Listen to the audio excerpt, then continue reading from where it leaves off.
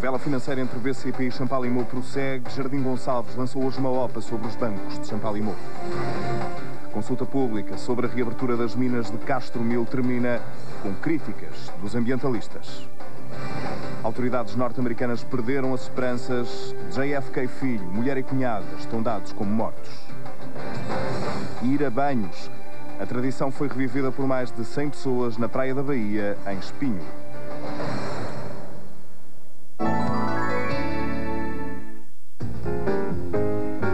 Agora que já conhece estas taxas, venha descobrir as outras vantagens do nosso crédito à habitação. Disponível no Crédito Predial Português, nos bancos Pinto e Souto Maior e Tota e Açores. O crédito mais perto de si.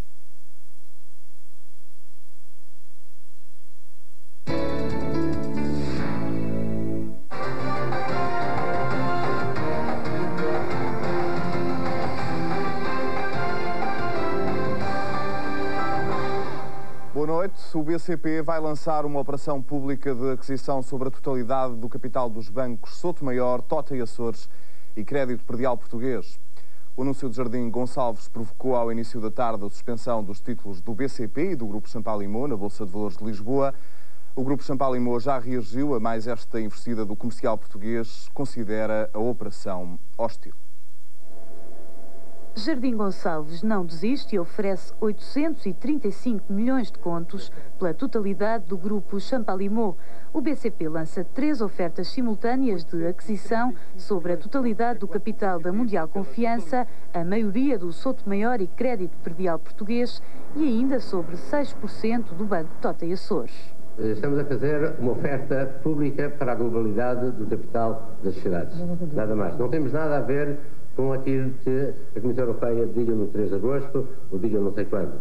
Independentemente da posição de Bruxelas ao negócio Champalimau-Santander, Jardim Gonçalves mantém a oferta e sobe a parada em forma de prémios, mais 40% sobre o valor das ações do Souto Maior e do Crédito Predial e mais 80% sobre o valor das ações do Tota e Açores. O Banco Comercial Português, enfim, reserva-se o direito de, não alcançando a Comissão de Processo, apesar disso, na Mundial Confiança, apesar disso, comprar as ações que sejam oferecidas.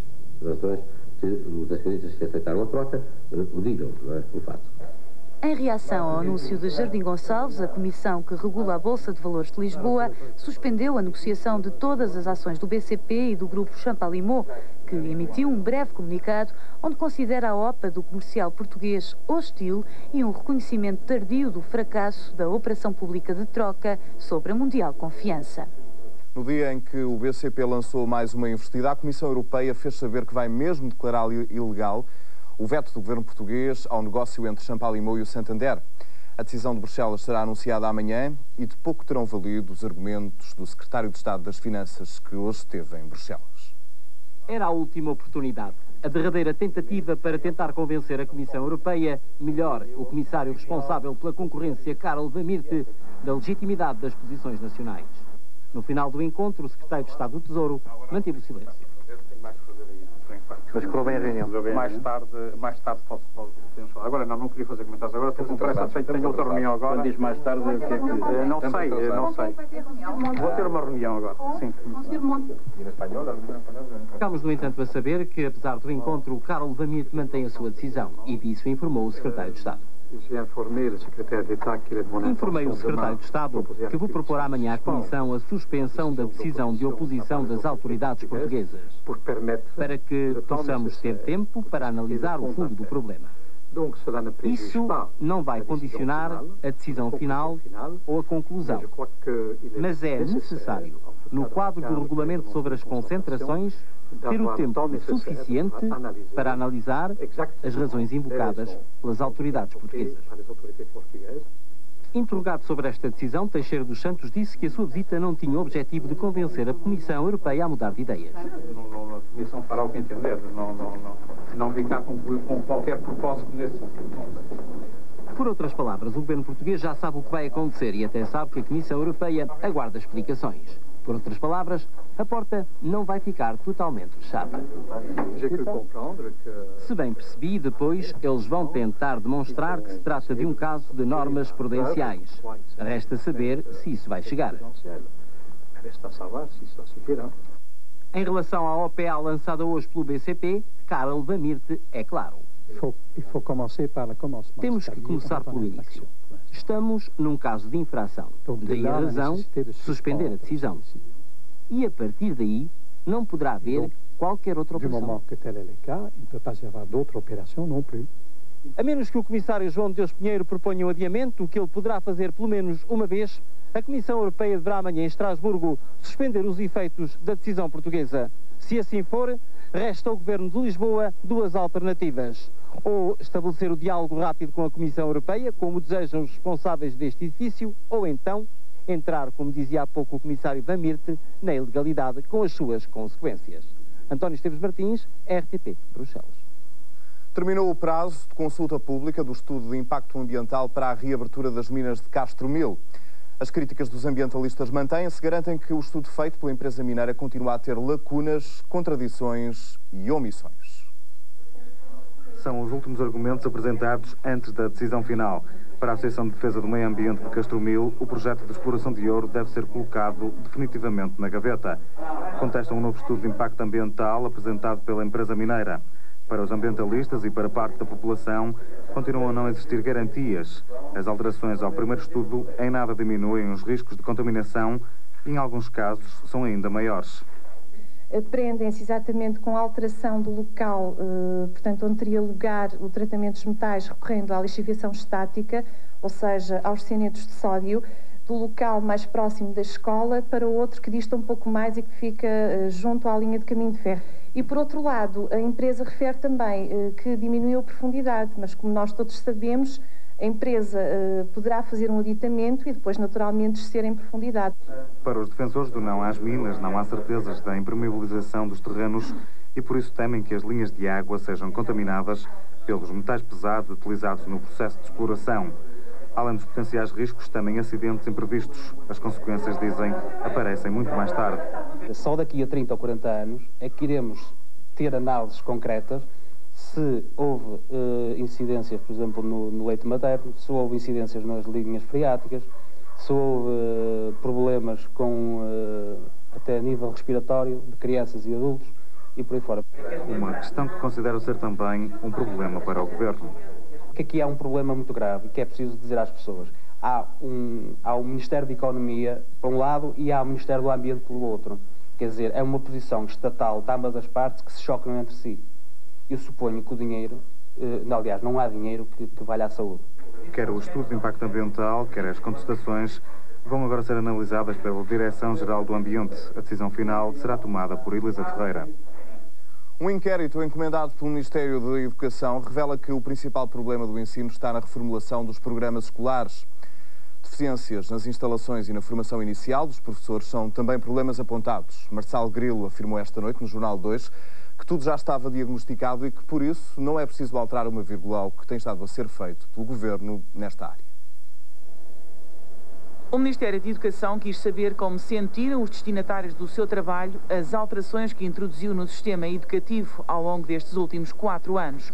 Marçal Grilo pediu um estudo que, além disso, também vai ser incluído num trabalho interno do Governo, tendo em vista o futuro. Nós estamos a procurar que este inquérito à opinião pública nos sirva como aferidor, por um lado, das políticas que temos vindo a seguir, por outro, para saber do grau de satisfação das pessoas e, por outro, para perceber as expectativas que esta população tem. Esta população era composta por estudantes, por professores, por autarcas, por técnicos e por pais. Foram inquiridas 1.926 pessoas que apontam como principais problemas a reformulação dos programas com particular destaque para a matemática, um trabalho que Marçal Grilo diz já está a ser feito. Relativamente ao número de horas de estudo ou número de horas de aulas excessivo que os estudantes têm, ao tempo reduzidíssimo de tempo de estudo que os nossos estudantes têm, sobretudo no ensino secundário, nós temos um trabalho que demorou cerca de 2 anos e meio a fazer, lançámos no final de 1996, e que nos trouxe, através das opiniões dos pais, dos professores e dos técnicos ligados a esta matéria. Não fizemos uma reformulação, digamos, em gabinete com 2 ou 3 técnicos. Fizeram no terreno. Fizeram no terreno e mostra-nos que a importância da reformulação dos programas tem seguramente resultados diretos, não no sentido de um facilitismo em relação aos programas, mas em relação à definição de pilares claros do que são os conhecimentos que devem ser adquiridos. O estudo indica ainda que há insuficiências com instalações, preparação de alunos e formação inicial de professores. Mais uma vez, diz o Ministro, o diagnóstico estava feito e, por isso, o Governo já tomou medidas nesse sentido. Nós tomamos, nesta legislatura, uma medida da maior importância. A obrigatoriedade de uma licenciatura para todos os professores, incluindo os professores do primeiro ciclo e os educadores. Fizemos a reformulação da formação contínua e a reformulação da formação especializada dos professores em serviço. Diz o inquérito que no final da escolaridade obrigatória os alunos não estão preparados para ingressar na vida ativa. O Ministério afirma que é preciso complementar esta escolaridade. Aquilo que este Governo fez foram duas coisas.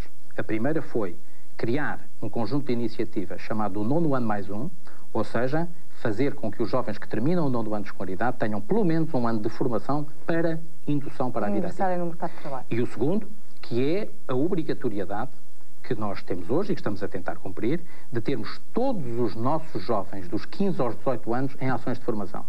O estudo propõe mais apoio vocacional, mais formação de professores e apoio a atividades extracurriculares. Ao nível do ensino pré-escolar, o Governo diz que gastou nestes últimos 4 anos 140 milhões de contos. Apoiado num estudo, Marçal Grilo acabou assim por fazer o balanço do seu trabalho. O início da última semana da visita de Jorge Sampaio aos Açores começou com um incidente protocolar. À chegada do Presidente a São Miguel, o hino açoriano foi o primeiro a ser tocado. Não há polémica ou falha protocolar que faça cair o fair play do Presidente. Isto porque depois do episódio das baleias no Pico, à chegada a São Miguel, a banda que o aguardava no aeroporto João Paulo II tocou inesperadamente o hino dos Açores, antes do hino da nação. Jorge Sampaio, ainda que embaraçado, deixou os protestos para a assessoria. Incidente ultrapassado, passou-se rapidamente à cena seguinte de uma peça que recuperou para 1999 a corte de Dom Manuel I, rei que elevou a maior cidade açoriana a sede de conselho. Já lá vão 500 anos. Aniversário que levou o Presidente e comitiva em passo de passeio pela marginal de Ponta Delgada até ao palco das comemorações, onde o esperava, já se sabe, mais música, desta feita popular. Com as portas da cidade por pano de fundo, o Sampaio foi filmado e gravado para o país, a partir de um estrado que não aguentou o peso de tamanha responsabilidade. Ainda assim, para a posteridade, a mensagem do Presidente para os Açores e não só. É vital que todos compreendam que a distribuição de competências não tem como propósito a constituição de poderes autónomos entre si, mas sim o melhor serviço da população. Por isso, o meu apelo constante, ao longo destes meus anos de mandato como Presidente da República, é para que se trabalhe mais e melhor em conjunto, que se articulem esforços, que se coopere institucionalmente, que melhor se aproveitem todos os recursos existentes no nosso querido Portugal. Das mãos do líder do PSD Açores e presidente da Câmara Municipal de Ponta Delgada, o primeiro magistrado da nação recebeu a chave da cidade. Assinado o livro de honra, que a agenda protocolar já estava atrasado, Sampaio e Maria José Rita seguiram para o jantar oferecido pela presidência do governo. Aperitivo, discursos. Temos vindo a defender o que nos parece ser mais justo, ou seja, que na redistribuição a fazer daqueles fundos sejam mais apoiados quem mais necessita, no seguimento, de resto, da filosofia de majoração das transferências para os Açores, que foi consignada na Lei de Finanças Regionais em vigor. Contamos com a atenção de Vossa Excelência para mais este assunto. Lei das transferências a abrir o menu. Sampaio respondeu diplomaticamente, com um agradecimento rasgado à forma como decorreu a primeira das 2 semanas de presidência aberta nas Ilhas de Bruma. Há a partir de hoje um novo modelo da carta de condução. Tem o tamanho de um cartão de crédito e é praticamente impossível falsificá-la. Para já a nova carta só vai ser distribuída aos novos condutores, mas há uma exceção. António Guterres foi o primeiro a receber a nova licença para conduzir. António Manuel de Oliveira Guterres, o primeiro cidadão português com o novo modelo de carta de condução. Esta manhã, o primeiro-ministro foi assistir ao seu lançamento. Início, todos os cartões, antes de sermos utilizados, são todos iguais. Aqui é que neste equipamento onde se processa a personalização, onde são recebidos todos os dados de fotografia como dados alfanuméricos, fotografia e assinatura já digitalizada, e portanto, esta máquina faz a gravação por feixe laser. Daí ser uma gravação que atravessa várias camadas, que é o centro do cartão, sendo impossível a respectiva. Com isto, a falsificação da carta de condução torna-se praticamente impossível. Sim. 1, 2, 3. Um minuto depois, a carta estava pronta. Vai precisar desta carta, Sr. Primeiro-Ministro? Eu continuo a guiar praticamente todos os fins de semana, muitas vezes à noite. E está perfeitamente limpa? Creio que sim, pelo menos no essencial, mas enfim, creio que sim. De formato igual ao de um cartão de crédito, este modelo recorre a uma tecnologia avançada. O material utilizado é o policarbonato, a informação é gravada a laser, a fotografia é a preto e branco e as garantias de segurança são muitas. Um investimento de 1.100.000 contos. Agora, com a contribuição da Casa da Moeda, passamos a estar na ponta europeia, batendo-nos taco a taco com a Alemanha, na mais sofisticada tecnologia, na maior rapidez e na maior segurança em relação a algo que é muito importante para o dia-a-dia de todos nós, a nossa carta de condução.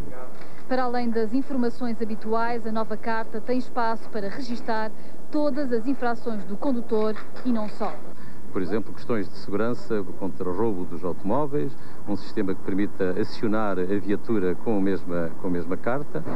Graças a um chip, isso vai ser possível, mas ainda está a ser estudado.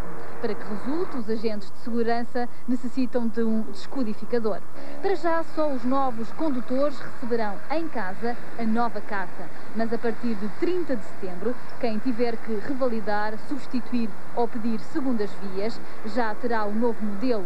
E só quando aumentar a capacidade de produção é que as trocas voluntárias serão possíveis. 200.000 deslocados de guerra desesperam no Kuwait, em Angola. Produtiva é o mínimo que se pode dizer da visita do novo primeiro-ministro israelita aos Estados Unidos. Ehud Barak e Bill Clinton estabeleceram esta noite um acordo de segurança entre os dois países. O acordo está incluído no plano que o presidente norte-americano concebeu com Ehud Barak para resolver o conflito no Médio Oriente e que, de acordo com os dois chefes de governo, vai permitir uma solução para o Médio Oriente nos próximos 15 meses. O acordo inclui ainda a participação israelita no plano espacial americano e assistência de material antimíssil e de defesa contra armas de destruição maciça a Israel. A Indonésia tem um plano para abandonar Timor após a consulta popular. É um documento que alegadamente prevê uma escalada da violência caso o sim à independência saia vencedor. A UNAMED já sabe dos planos indonésios, mas não quer comentar. Hoje a ONU encerrou mais um centro de recenseamento depois de ameaças feitas pelas milícias. Intimidação tornou-se a arma mais usada em Timor-Leste. A denúncia partiu uma vez mais das Nações Unidas. Funcionários de um centro de registro eleitoral na cidade de Cassa foram intimidados por elementos de milícias integracionistas. Por precaução, o posto de recenseamento foi encerrado. O porta-voz da UNAMED já fez saber que incidentes como este são instrumentos contra o processo de consulta popular. A cidade de Cassa fica a 50 km a sul de Dili. É o quartel-general da milícia pró-Jacarta, Maidi. Vida ou morte pela integração é o lema deste grupo armado extremista, formado há 6 meses. É acusado de ter feito várias vítimas. Mas as ameaças não ficaram por aqui.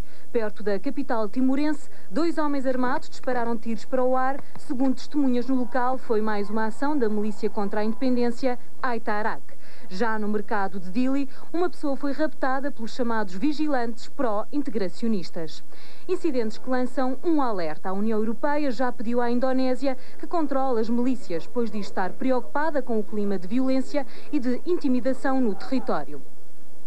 Tudo isto no dia em que ativistas da independência dão a conhecer a existência de um documento confidencial do governo de Habibie, onde é preparado um alegado plano de retirada dos indonésios e a destruição de instalações vitais em Timor, caso a independência saia vitoriosa no referendo, pois a Indonésia receia uma nova onda de violência. O documento tem a data de 3 de julho e é assinado por um alto funcionário do governo de Jacarta. As Nações Unidas já estão a analisar o conteúdo do documento, mas a Indonésia ainda não confirmou a sua autenticidade. Enquanto isso, as Nações Unidas deixam uma garantia: o recenseamento vai continuar. A América perdeu a esperança. Com o passar dos dias, e já lá vão 3, já não há, de acordo com as autoridades, qualquer hipótese de encontrar John Kennedy Jr. com vida. A operação deixou de ser de socorro e passou a ser de recuperação dos destroços do aparelho e dos corpos das vítimas. As buscas prosseguem, mas já não há esperança de encontrar com vida John Kennedy Jr., a mulher e a cunhada. Por esta altura, os ocupantes do monomotor pilotado por John Kennedy não terão qualquer hipótese de sobreviver a mais de 18 horas submergidos nas águas ao largo da ilha de Martha's Vineyard. As operações de busca cobriram uma área de cerca de 23.400 km², mas até agora têm sido infrutíferas. Foram encontrados destroços do aparelho e uma mala de Lauren Bassett, a cunhada de John Kennedy Jr., objetos que comprovam que o aparelho se despenhou na sexta-feira passada. As razões da eventual queda são ainda desconhecidas, mas o registro de voo no radar da ilha de Martha's Vineyard avança com algumas pistas. Ao que tudo indica, o monomotor Piper Saratoga fez uma última comunicação pelas 20 horas e 38 minutos locais e, de imediato, em apenas 30 segundos, o aparelho baixou bruscamente de altitude, dos 800 para os 600 metros. Nessa altura, o avião desapareceu do radar. Avaria técnica ou inexperiência do piloto podem ser duas das razões que estejam na origem do acidente. As operações de busca vão continuar até que tudo possa ser esclarecido. O Diário de Guerra em Angola continua a trazer notícias de combates e de fome. Milhares de pessoas estão a viver um drama humanitário. O melhor exemplo vem do Uambo, onde são mais de 200 mil os deslocados de guerra e onde já não existe quase nada para comer. Angola vive um dos maiores dramas humanitários de sempre. No Uambo, cidade do Planalto Central, são mais de 200 mil as pessoas que fogem da guerra. A ajuda que vai chegando fica aquém dos mínimos de sobrevivência. Estamos a sofrer muito com fome. Entrega um balde numa pessoa com 5 famílias, um balde de comida, não chega nada. Mantas não temos, prato não tem, bacia não tem, panelas não tem, é fazer a comida nas latas. Muito sofrimento que a gente estamos a sofrer aqui. Guerra, minas, fome e doenças que nos últimos meses já levaram à morte centenas de pessoas só no Uambo. Praticamente temos que nos deparamos com muitas doenças. A malária também não escapou. A fome em particular também tem vindo mesmo ceifado algumas pessoas. Na cidade do Uambo, os armazéns estão a ficar vazios e a distribuição alimentar comprometida. Nós conseguimos não reduzir a distribuição. Houve um certo atraso na distribuição devido a uma certa interrupção dos voos devido à situação de segurança. O PAM e várias ONGs, organizações de ajuda não governamental, vão fazendo o que podem, ou seja, muito pouco. Um drama sem fim à vista. Patos e peixes sem água no Parque Eduardo VII. Um dos maiores espaços verdes da cidade de Lisboa está a viver uma situação insólita. O largo do Parque Eduardo VII está tão vazio que os peixes mal conseguem respirar e os patos não têm água suficiente para nadar. A responsabilidade é da Câmara Municipal de Lisboa, que disse estar a resolver a situação. Sacos de plástico, penas de animais, muitas caricas e pouca água para patos e peixes viverem. Este é o espetáculo que se depara a quem visita o lago do Parque Eduardo VII, mesmo no centro de Lisboa. Considerado uma das zonas turísticas nobres da capital, poucos compreendem como se chegou a esta situação. E dá-me pena ver o desprezo com que isto está tratado. Se reparar bem, certas zonas aqui do lago são incríveis. Inclusivamente a água está podre. Os peixinhos que andavam aqui desapareceram. Se reparar, não vê nenhum. E os patos estão praticamente sem água e andam de pé no que resta de água. Es muy bonito el estanque, pero no, a lo mejor no está del todo bien cuidado, tendrían que limpiarlo más o preocuparse más.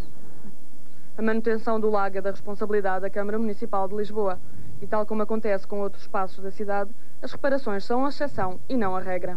Há que manter a estrutura que existe e às vezes a manutenção destas estruturas são estruturas muito antigas que com o decorrer do tempo e como as coisas não ofereceram graves problemas, portanto deixou-se um bocado andar, foi-se para outros sítios e portanto foi por isso que talvez tivesse chegado a isto.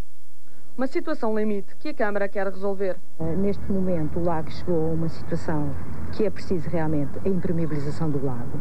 É uma obra de grande vulto, já está estudada pela Câmara em termos de orçamento e do tipo de obra que é necessário fazer. É uma obra que custa na ordem de 50 mil contos. É uma das obras prioritárias, portanto neste momento está em curso uma empreitada para se lançar a obra para este lago. Obras que se prevê comecem ainda este ano. Entretanto, colocam-se dúvidas quanto à sobrevivência dos habitantes do lago. Elevadas verbas têm sido mobilizadas para as obras do Parque Eduardo VII, mas ainda não foram suficientes para voltar a encher o lago. É um banho à moda antiga. Quem esteve ontem em Espinho ficou a saber como era ir a banhos no início do século. Um cenário recriado na Praia da Bahia, com a participação de mais de 100 figurantes. Fato de banho a rigor que o tempo é de férias. Era assim no início do século a Praia de Espinho, uma forma diferente de ir a banhos. Estavam longe os tempos dos biquinis e muito menos do fio dental. Nessa época o traje era bem mais comprido, pouco convidativo, a olhares indiscretos ou a maratonas para o bronze. As idas à praia eram mais madrugadoras, desde as 7 da manhã que o areal se enchia de gente. Não faltava a merenda e, no lugar da atual mala térmica, os cestos de vinho carregados de enchidos. Divertimentos também não faltavam, o jogo do prego, os papagaios de papel, o eixo e até teatro de fantoches para animar os mais novos. Novos e menos novos, todos juntos na foto de família. Olha o passarinho à la minuta, para mais tarde recordar. Eram assim as férias dos nossos avós, agora recriadas em Espinho, e qualquer semelhança com o álbum de família é pura coincidência.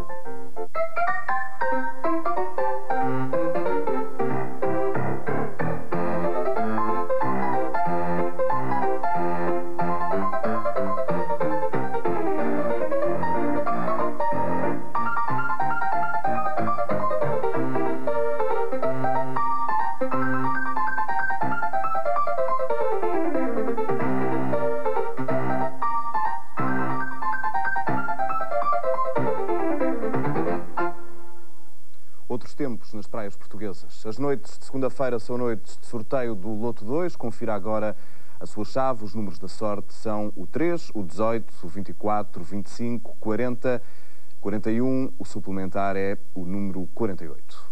E o 24 horas fica por aqui. Boa noite. Até amanhã.